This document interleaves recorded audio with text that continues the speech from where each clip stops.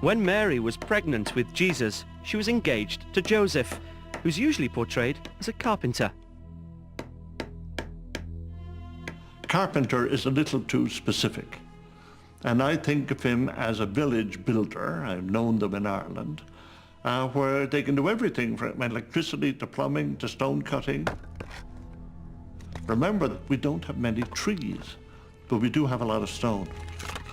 Mary's pregnancy left Joseph with a real dilemma. Well, according to Matthew, Joseph prepared to divorce her.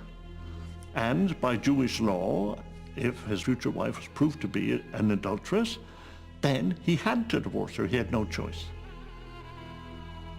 But an angel appeared to Joseph in a dream, telling him to take Mary as his wife.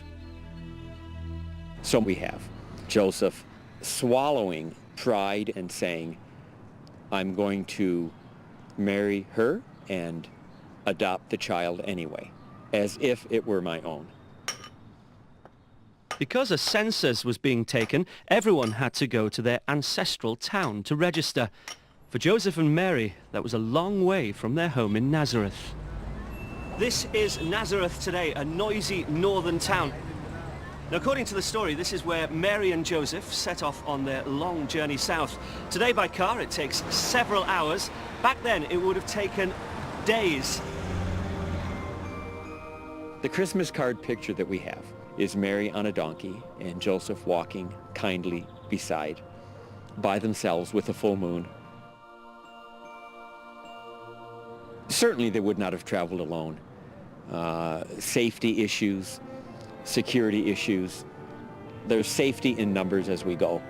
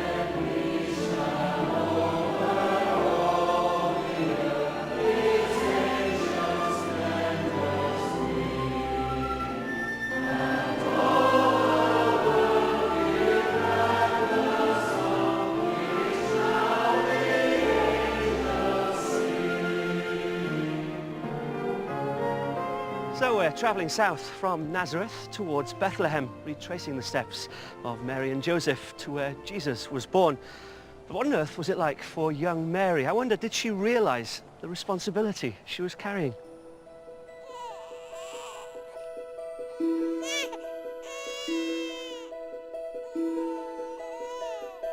So it was that while they were there, the days were completed for her to be delivered. And she brought forth her firstborn son, and wrapped him in swaddling cloths, and laid him in a manger, because there was no room for them in the inn.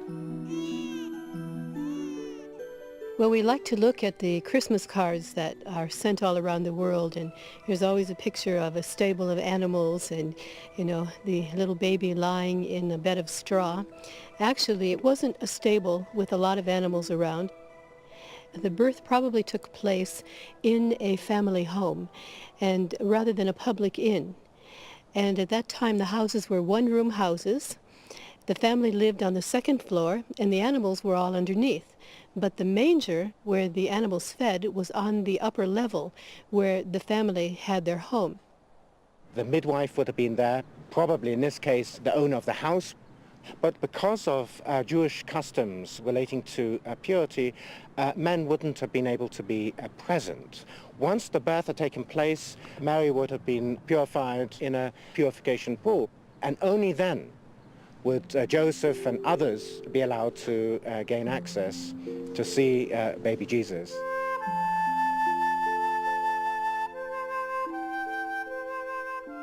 Mary shows us many things. The most important, I think, is submission to the will of God, readiness, willingness to take a risk, willingness to be exposed, to be misunderstood, because she knew the truth.